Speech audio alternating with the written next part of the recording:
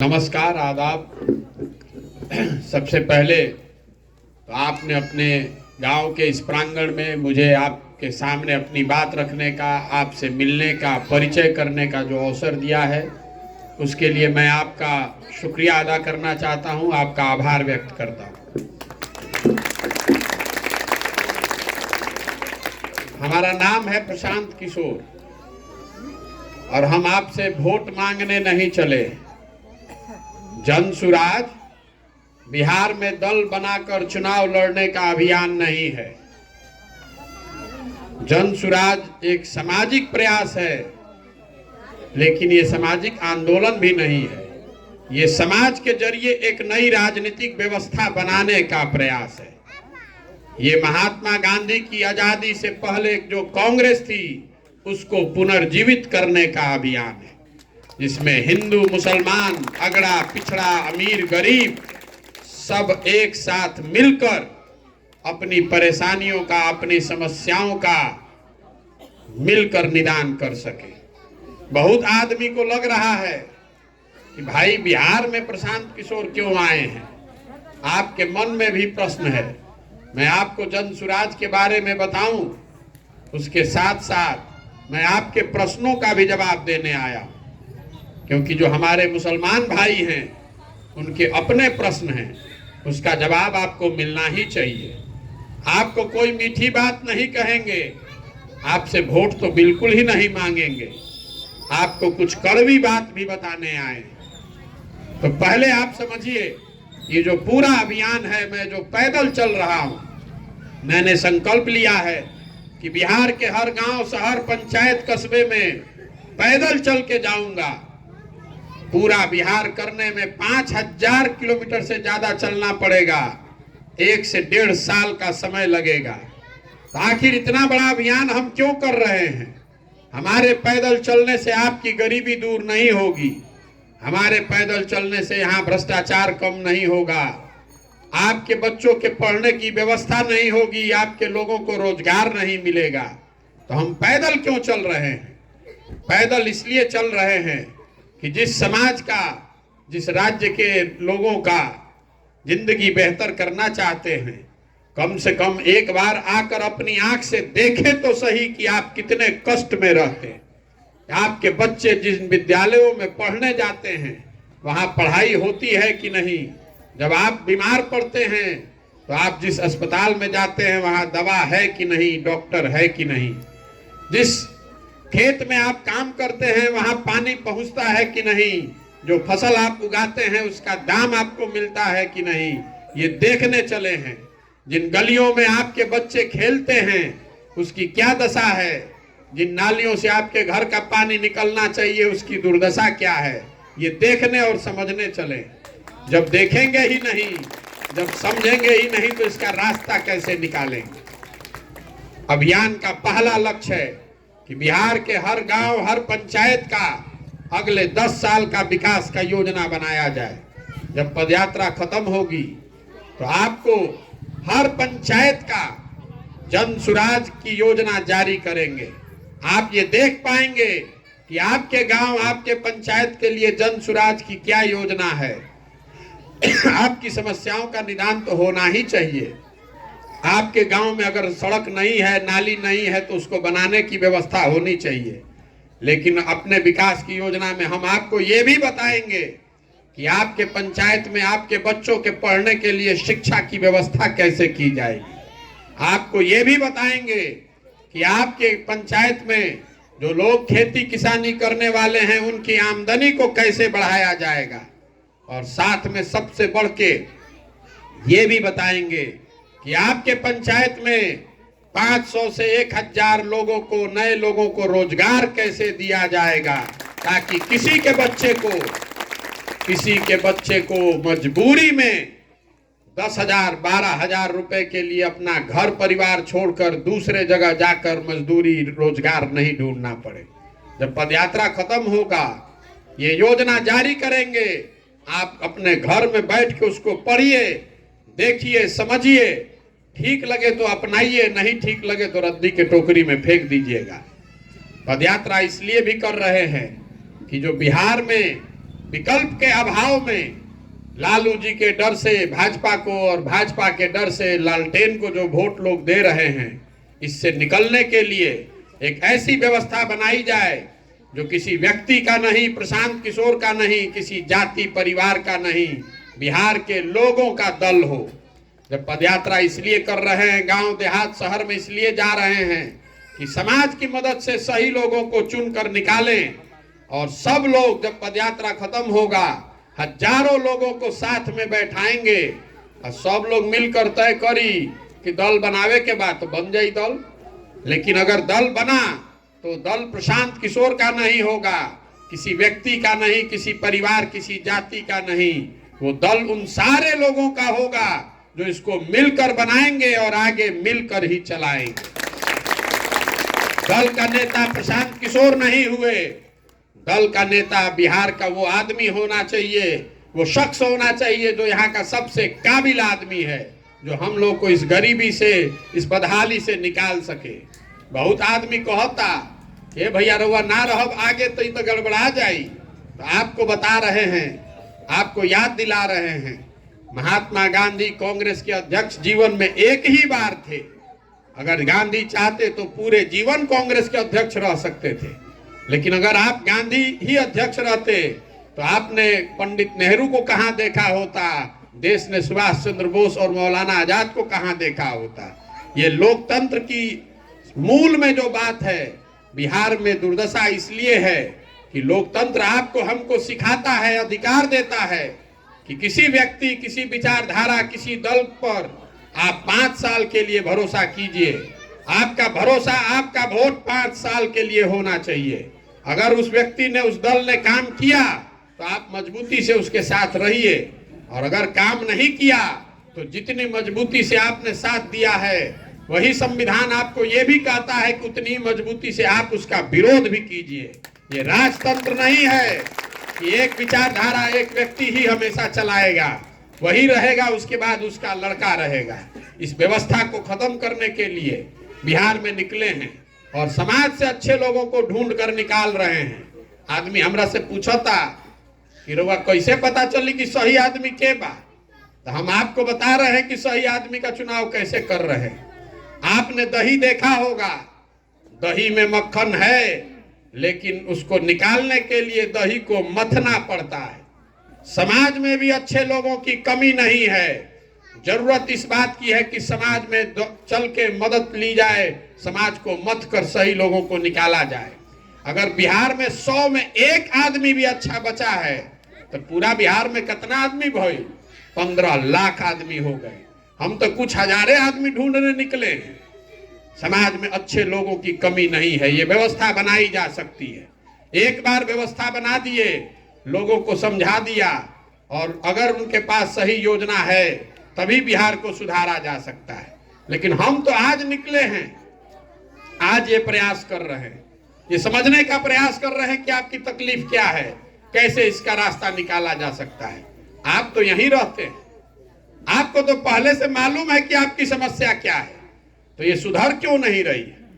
आपने इसको सुधारने का प्रयास क्यों नहीं किया? ये सुधर इसलिए नहीं रही है कि आपको अपने और अपने बच्चों की चिंता ही नहीं है। हमको यहाँ हम जब चलते हैं तो कहता है कि भैया रउआ साथे बानी, आपके साथ तन मन धन से हैं। हम आपको बता रहे हैं, हमको आपका साथ नहीं चाहिए। जो समाज, जो परिवार, जो व्यक्ति अपने बच्चे के साथ नहीं खड़ा हुआ, हमारे साथ क्या खड़ा होगा? आपका बच्चा, आपके बच्चे, उनके शरीर पर कपड़ा नहीं है। हम पैदल चलते हैं, 100 लड़का आगे दौड़ता है तो 40-50 लड़का तो ऐसा है जिसके शरीर पर ढंग का कपड़ा नहीं है, उसके पैर में चप्पल नहीं है। आपका लड़का आधा पेट खाना खाकर सो रहा है, वो जहाँ पढ़ाई करने जा रहा है वो जब पढ़ाई नहीं किया वो पिलुआ वाला खिचड़ी बटाता। आपका लड़का पढ़ लिख के बेरोजगार बैठा है, लेकिन आपको उसकी चिंता नहीं है। आप तो जाति में फंसे हैं, धर्म में फंसे हैं, तो ये सुधरेगा कैसे? आदमी कहता कि भैया प्रशांत जी आइल बाड़न, बड़ा होशियार बड़ा, नहीं ये सुधार दी। हम आपको कहने आए हैं कि जो मंच पर आता है सब यही कहता है कि हम आए हैं, हमको वोट दीजिए, हम ठीक कर देंगे। हम आपको कह रहे हैं कि हमको वोट दे भी दीजिएगा तो ये सुधरने वाला नहीं है। जब तक आप नहीं सुधरिएगा, आप अपने लड़के की चिंता नहीं कीजिएगा तो प्रशांत किशोर इसका चिंता करेंगे। आपको अपने लड़के की चिंता होनी चाहिए ना भाई। यहाँ आदमी कह रहा है कि भैया रोड खराब बा, नाली गली खराब बा, पढ़े के व्यवस्था नहीं खे, भ्रष्टाचार बहुत बा। तो जरा आपसे पूछ रहे हैं, हम आज 113 दिन से चल रहे हैं और कैमरे पर रोज कहते हैं, आपसे भी कह रहे हैं, दलितों को अगर छोड़ दीजिए तो सबसे ज्यादा गरीबी, फटेहाली और बदहाली मुझे मुसलमान भाइयों के गांव में दिखी है। और 30 बरस से आप बंधुआ मजदूर बनकर एक ही दल को वोट किए जा रहे हैं। तो आपकी स्थिति के, आपके बच्चों की स्थिति के जिम्मेवार नेता नहीं, आप स्वयं हैं। इस बात को समझिए, दूसरे पर उंगली मत उठाइए। हम रोड पर चलत नहीं रहो, गांव में घुसे से पहले कहनी है, 2 जिला परिषद जी लोग चल रहे हैं, दोनों मुसलमान भाई हैं, कि देखिए आपके गांव में घुसेंगे सड़क नहीं मिलेगा। गांव में चल रहे हैं मुसलमान भाई लोग, कहता है भैया हमारा 5000 यहाँ से वोट है, और साथ में भी कहता है कि देखो तनी न रोड इतना खराब बा कि अगर महिला को प्रसव की पीड़ा हो जाए, किसी का हड्डी टूट जाए तो अस्पताल जाने में उसका जान चला जाएगा। तो मेरे भाई, ये सड़क का मंत्री कौन है? तेजस्वी यादव। आपके गांव में नाली गली सब टूटा हुआ है, तो ग्रामीण कार्य मंत्री कौन है? तेजस्वी यादव। आपके घर में लोगों के लिए अस्पताल नहीं है, तो स्वास्थ्य मंत्री कौन है? तेजस्वी यादव। आपके बच्चों के लिए पढ़ने की व्यवस्था नहीं है, तो शिक्षा मंत्री कौन है? चंद्रशेखर यादव, वो भी ललटेन। आपको खाद नहीं मिल रहा है, सिंचाई की साधन व्यवस्था नहीं है, खेती किसानी के लिए मदद नहीं मिल रही है, तो एग्रीकल्चर मंत्री के बाद वो आरजेडी का ही है। तो किसको दोष दे रहे हैं आप ही उन्हीं को वोट दे रहे हैं। आपको ये बात बताने आए कि अगर आप गलत वोट देते रहिएगा तो आपकी स्थिति नहीं सुधर सकती है। यही बात हिंदुओं को भी बता रहे हैं। कह रहे हैं चलो तनी पैदल, आदमी कहता कि सिलेंडर के दाम हो गए 1250, भैया 500 के डीएपी लागत है 1600, 35 रुपया का डीजल हो गया 96 रुपया। हम उनको भी जाकर कह रहे हैं कि भैया घरे घर से मोदी जी के वोट हमनी के देले बानी जा, तो सिलेंडर का पैसा पाकिस्तान का आदमी देगा, हम ही लोग को देना पड़ेगा। जैसा वोट दबाइएगा वही परिणाम पाइएगा। हम लोग को आदत हो गया है कहने का कि नेता ठग लिया। नेता आपको नहीं ठग रहा है, आप और हम खुद ही ठगे जा रहे हैं। कोई आपको एक बार न ठगेगा, 2 बार ठगेगा, 3 बार ठगेगा, 5-5 बार, 6-6 बार से कैसे ठग रहा है? अगर कोई आपको 4 बार, 5 बार, 6 बार ठग रहा है, इसका मतलब है कि गलती आप में और हम में है। आपको अपना जब व्यवहार नहीं सुधारिएगा तो कैसे सुधरेगा? इसीलिए हम कह रहे हैं, वोट नहीं मांग रहे हैं, सबको जाकर गांव गांव हाथ जोड़ रहे हैं कि कम से कम अपना नहीं तो अपने बच्चों का चेहरा देखिए। नहीं तो जिस गरीबी, बदहाली, फटेहाली में आपका जिंदगी बीता है, आने वाली पीढ़ी और बच्चों का भी जिंदगी इसी में बीतेगा। कोई नहीं सुधार सकता है बिहार को। एगो प्रशांत किशोर आजाद की 10 प्रशांत किशोर, ये सुधरने वाला है?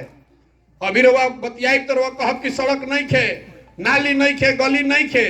कल वोट होगा तो आपके गांव में मीटिंग होगी, आप कहिएगा छोड़ा ही गली, छोड़ो नाली, पहले भाजपा के जल्दी रोको, छोड़ो ये सब बात, जल्दी चलो ललटेन पे दबाओ। कैसे सुधरेगा?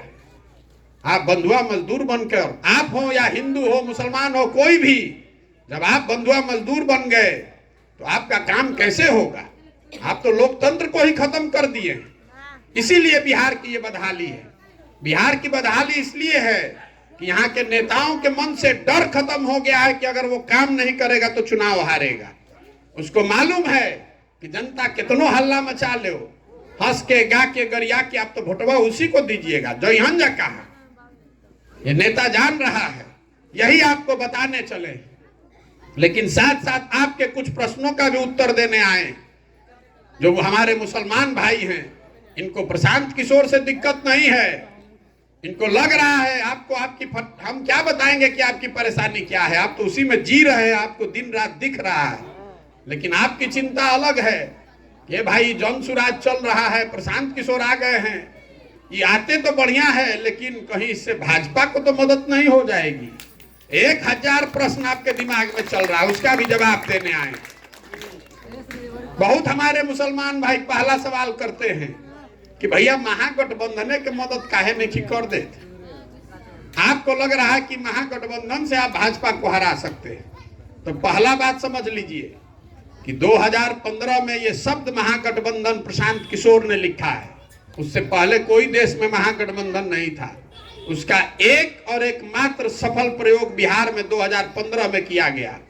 उसके बाद देश में जहां पर भी महागठबंधन बनाया गया है, जाकर गूगल में देख लीजिएगा, कहीं पर भी महागठबंधन को जीत नहीं मिली है। हर जगह भाजपा जीत कर आई है। यह आपका भ्रम है कि आप राजनीतिक दलों का गठजोड़ बनाकर भाजपा को हरा सकते हैं। दूसरा बात आदमी पूछ रहा है कि भैया जब मदद कर देती ना महागठबंधन के, आप में तो बहुत हुनर है, इन कैसे भाजपा को हराइए बिहार में, तो क्यों नहीं मदद कर रहे हैं आपको, वो भी बता रहे हैं। इस महागठबंधन को बनाने वाले हैं नीतीश कुमार। 2015 में महागठबंधन बनाया गया था, आपके मदद से उसको जिताया भी गया था। ये आदमी 2015 में जीता हुआ नीतीश कुमार बिना किसी वजह के जाके भाजपा के गोद में बैठ गया। तो आप में से जरा जो सज्जन यहाँ हैं, जो चाहते हैं कि हम महागठबंधन का मदद कर दें, हम आपको कह रहे हैं कि मदद कर देंगे। आप गारंटी ले लीजिए इस बात का कि नीतीश कुमार फिर से नहीं भागेंगे। हम आपको लिख कर दे के जाते हैं, तारीख नोट करके रखिएगा डायरी में। आप बिल्कुल इस बार महागठबंधन को ही वोट दीजिए, और आपको एक बार फिर नहीं ठगा गया तो हमारे नाम पर हमको खोज लीजिएगा, आप फिर ठगे जाइएगा। आपको दिखिए नहीं रहा है, ये आदमी यहाँ पर महागठबंधन बनाया है, दिल्ली में भाजपा के साथ एनडीए में बैठा हुआ है। दिल्ली में जो एनडीए है, राज्यसभा में उपसभापति, जहां कानून बनाया जाता है, जहां भाजपा को बहुमत नहीं है, उस हाउस में उस सदन का नेता, उस सदन का उपसभापति नीतीश कुमार के पार्टी के हरिवंश जी हैं। ये खिड़की खोल के रखा है नीतीश कुमार ने। आप वोट दे दीजिएगा एक बार, जैसे मौका लगेगा फिर भागेगा ये आदमी, इसलिए उनकी मदद नहीं कर रहे हैं। और ये आदमी ने एक बार धोखा नहीं किया है, फिर इस आदमी ने 2018-19 में मैंने दूसरी बार मदद की। लोकसभा के चुनाव में 2 एमपी वाले जदयू को मैंने 17 सीट दिलवाया था। ये आदमी ने तय किया था कि लोकसभा के बाद हम इसको छोड़कर अलग हटेंगे। जैसे ही लोकसभा का चुनाव हुआ, 17 में 16 जीते, तो तुरंत कहने लगे कि अभी तो बुझाता कि देश में मोदी जी का ही लहर है, इसी में रहा जाए। तो दूसरी बार धोखा किया, तीसरी बार धोखा किया। पार्टी में तय हुआ था कि हम सीए एनआरसी के खिलाफ में हैं, और पार्टी ने अब नीतीश कुमार के कहने पर उसके पूरी जानकारी में जाकर सीए एनआरसी के पक्ष में वोट किया है। हमने पूछा इस बात को कि भाई, हम लोगों ने जब पार्टी में तय किया था कि हम लोग सीए एनआरसी के विरोध में हैं, तो हमने इसके पक्ष में क्यों मतदान किया। तो नीतीश कुमार का जवाब सुनिए। नीतीश कुमार ने मुझे ये नहीं कहा कि मैंने निर्णय बदल लिया। नीतीश कुमार ने ये कहा कि भाई आप बिहार में कहिए कि हम लोग इसको लागू नहीं करेंगे। हमको तो पता ही नहीं चला दिल्ली में कैसे वोट हो गया। उसी दिन मैंने तय कर लिया कि इस आदमी के का बिल्कुल भरोसा नहीं किया जा सकता, ही नहीं हम लोग के साथ है ना भाजपा के साथ। अब मुसलमान भाई लोग कह रहा है कि हम भाजपा का बी टीम है। मेरे भाई, जिस दिन आप पर सीए एनआरसी की तलवार लटकी, जब आप पर संकट आया, तो आपका कौन रहनुमा खड़ा हुआ। जिस दिन सीए एनआरसी का तलवार लटका, सीए एनआरसी को कैसे रोका गया। आपके धरने प्रदर्शन से नहीं रुका। सीए एनआरसी उस दिन रुका जिस दिन भाजपा को बंगाल में शिकस्त दी गई। 2 मई 2021 को बंगाल का रिजल्ट आया है, जाकर नेट पर देख लीजिएगा। उसके बाद से भाजपा के जो नेता क्रोनोलॉजी बता रहे थे सीए एनआरसी का, वो सामने से कह रहे हैं कि अरे अभी तो कोरोना है, बाद में देखा जाएगा। ये बंगाल की जीत का असर है। तो बंगाल में जब लड़ाई लगी तो आपके कौन रहनुमा बंगाल गए थे। नीतीश कुमार तो उस समय बैठकर भाजपा के साथ सरकार चला रहे थे, और जिस दल को आप 30 साल बंधुआ मजदूर के तरह वोट दे रहे हैं, उस दल के लोग तेजस्वी यादव नहीं गए थे बंगाल, बंगाल प्रशांत किशोर गए थे। 2 बरस जब कोरोना में आप डर के मारे घर में बैठे हुए थे, जब पूरे देश ने ये मान लिया था कि बंगाल में भाजपा जीत कर आएगी, तब गली गली गांव गांव बूथ बूथ घूमकर हमने वो रणनीति बनाई है, हमने अपना गर्दन फंसाया कि नहीं, भाजपा को बंगाल में नहीं जीतने देंगे। जब सब ने, दीदी के अपने लोगों ने उनको छोड़ दिया, उनकी अपनी पार्टी के लोग भाग गए, तब प्रशांत किशोर ने कहा कि बंगाल में भाजपा को नहीं जीतने देंगे। बंगाल में भाजपा कितने पर आउट हुई? 77 पर। और आप कह रहे हैं कि हम भाजपा का बी टीम हैं। इसीलिए मैंने कहा कि आपका वोट नहीं चाहिए हमको, वोट आप निश्चिंत होकर महागठबंधन को दीजिए, कोई दिक्कत नहीं है। हम आपको निमंत्रण देने आए हैं, निमंत्रण देने आए हैं इस नई व्यवस्था में भागीदार बनने का, मालिक मुखिया बनने का। वोट हमको नहीं चाहिए, आपको बात बुरी लगे तो लगे, वोट आप दीजिए महागठबंधन को, लेकिन इस नए पौधे में अपना पसीना डालिए, पानी डालिए, इसके मालिक बनिए, इसके मुखिया बनिए। नहीं तो वोट देते रहिएगा पुराने मरे हुए वृक्ष पर, कितना भी खून से भी उसको सींचिएगा तो उसमें फल नहीं लगने वाला है। 30 वर्ष से जिसको आप सींच कर इतना बड़ा करने की कोशिश कर रहे हैं, लोग किसी दल को वोट काहे देता है? विकास के लिए, राजनीतिक भागीदारी के लिए, या अपने राजनीतिक प्रतिद्वंदी को हराने के लिए। आप जरा देख लीजिए कि जिस दल को आप अपने बच्चों के विकास के, अपने बच्चों के जिंदगी की कीमत पर जिसको वोट दे रहे हैं, विकास आपको मिला नहीं। भागीदारी का आलम यह है कि आपकी सरकार है अभी, और आप अपने गांव में एगो नाली बनवा के दिखवा दीजिए तो हम जो कहिए मान जाते हैं। एगो नाली बना के दिखवा दीजिए। 2,37,000 करोड़ है बिहार का बजट, और आपकी भागीदारी है 6,000 करोड़ की उस बजट में। पूरे जितने मुसलमानों के मंत्री हैं उनका बजट जोड़ दीजिएगा तो 6,000 करोड़ का होता है। तो ये है आपकी राजनीतिक भागीदारी। और तीसरा जो आपके लिए सबसे बड़ी चिंता का कारण है, आप कहिएगा भैया विकास होना चाहिए, भागीदारी होना चाहिए, हम तो भाजपा के हरावे खातिर वोट देता है। तो जो भाजपा आप 30 साल से वोट दे रहे हैं आरजेडी को, उस समय भाजपा देश में 2 MP की पार्टी थी, बिहार में उसको 0 MP था। आज वो भाजपा देश में 330 MP का पार्टी है, बिहार में 40 में 39 MP जीत कर आया है। तो आपको ना भागीदारी मिली, ना विकास, ना भाजपा को आप हरा पाए। तो ये पुराना तलवार को जितना दिन भांजना है भांजते रहिए, इससे आपको कुछ नहीं मिलने वाला है। इसीलिए आपको निमंत्रण देने आए हैं, वहां रहिए। अगर आप पुराने घर में रहते हैं, घर टूट रहा है, तो होशियार आदमी वो है जो घर में रहते हुए अलग से दूसरा घर बनाना शुरू करे, नहीं तो उसी में दब जाइएगा, उठ नहीं पाइएगा। जहां है वहां रहिए, वोट उन्हीं को दीजिए। हमको जीतने में कोई आपकी मदद की जरूरत नहीं चाहिए। हम इतना गुणा गणित बनाकर आए हैं कि हमको आपके बगैर कैसे जीतना है, लेकिन आपको निमंत्रण देने इसलिए आए हैं कि गांधी की कोई व्यवस्था, गांधी के विचारधारा आधारित कोई व्यवस्था ऐसी बन नहीं सकती है जिसमें 20% मुसलमान भागीदार ना हो। इसलिए आपके पास आए। आपके बगैर भाजपा जीत रही है, लेकिन आप उसमें भागीदार नहीं है, इसलिए वो पूरी व्यवस्था नहीं है। हम वो व्यवस्था नहीं चाहते हैं। आपको निमंत्रण दे रहे हैं, इसमें जुड़िए, अपने बच्चों को जोड़िए, अपनी हक लीजिए, अपना इसमें मालिक बनिए, इसमें हिस्सेदार बनिए।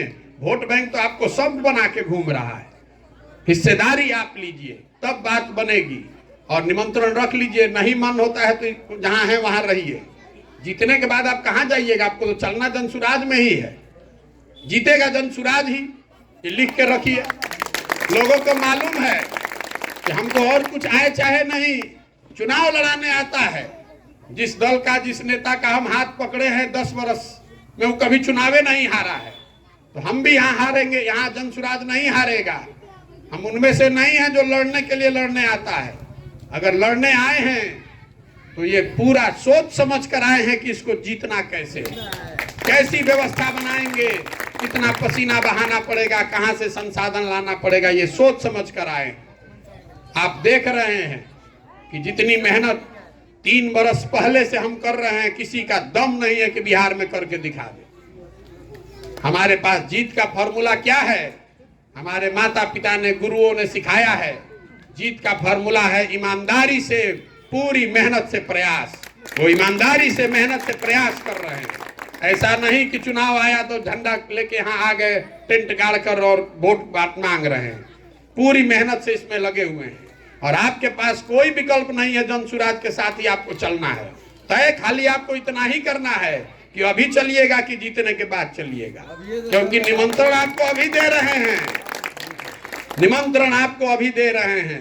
अभी आप नहीं भी चलिएगा तो भी हमको कोई आपसे मलाल नहीं है।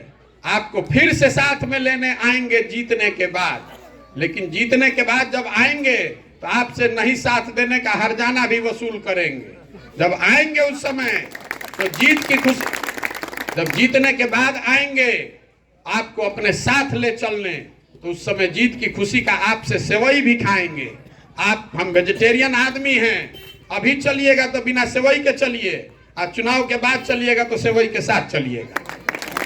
चलना आपको जन सुराज में ही है। आपके पास कोई विकल्प नहीं है। हमारा के आदमी कहते कि भैया काहे लोग को प्रयास करता नहीं। अरे हमने के हवा बन जाती अपने आप दे हम जा हमारा के वोट। हम वो व्यवस्था नहीं चाहते। हम ये नहीं चाहते हैं कि आप अंतिम आदमी पंक्ति में खड़े हो कि हम जीत रहे तो आप उस पर चढ़ गए। आप इसमें बनाने वालों में जुड़िए। आपका कैरेक्टर अंतिम आदमी का नहीं होना चाहिए, वो आपके कैरेक्टर के अगेंस्ट है। इसीलिए आपकी ये दुर्दशा है। जिसको आप हरा रहे हैं वो तो आपके विरोध में है ही। जिसको आप जिताने की कोशिश कर रहे हैं वो भी कहता है कि अरे भैया ये लोग कहाँ कोई के वोट देला, ये तो भाजपा के जे हरावत रही ओकरे के वोट दिहन जा। उससे समाज का, आपके बच्चों का बहुत नुकसान हो रहा है। आपके गांव की ये दुर्दशा क्यों है? जब एनडीए की सरकार रहती है तो आपको देखता ही नहीं है। जब आरजेडी की सरकार आती है तो कहता है कि जयहंजा कहाँ। तो दोनों ही राज्य में आपको कुछ नहीं मिलना है, इसलिए आपके पास आए। दो अंतिम बात आपके मन में सवाल है। कुछ लोग कह रहा है कि भाई इतना बड़ा अभियान चलाओ तो पैसा कहां से लावत हो? जरूर भाजपा वाला दे रहा होगा। मेरे भाई, आपकी सरकार है बिहार में चचा भतीजा की, आधा आधा इनके पास बिहार है। तो इस गरीब और पिछड़े बिहार से आपके दल लोगों का खून चूस के लूट कर अपना दल चला रहे हैं। और हमारे बनाए हुए आज देश में 6 मुख्यमंत्री हैं, 6 राज्यों में उन लोगों की सरकार है जिनके जीतने में हमने कंधा लगाया है, जिनको आगे चुनाव लड़ने के लिए भी मेरी सलाह की जरूरत है। पैसा उनसे ले रहे हैं, पैसा उन राज्यों के लोगों से ले रहे हैं जिनके जीतने में हमने कंधा लगाया है। तमिलनाडु, तेलंगाना, आंध्र प्रदेश, बंगाल जैसे बड़े राज्य आज वो लोग चला रहे हैं जो हमारी मदद से वहां पहुंचे हैं। तो हमको ही 100 को गाड़ी और टेंट लगाने का पैसा नहीं मिलेगा? आप इतना हमको कमजोर समझ रहे हैं?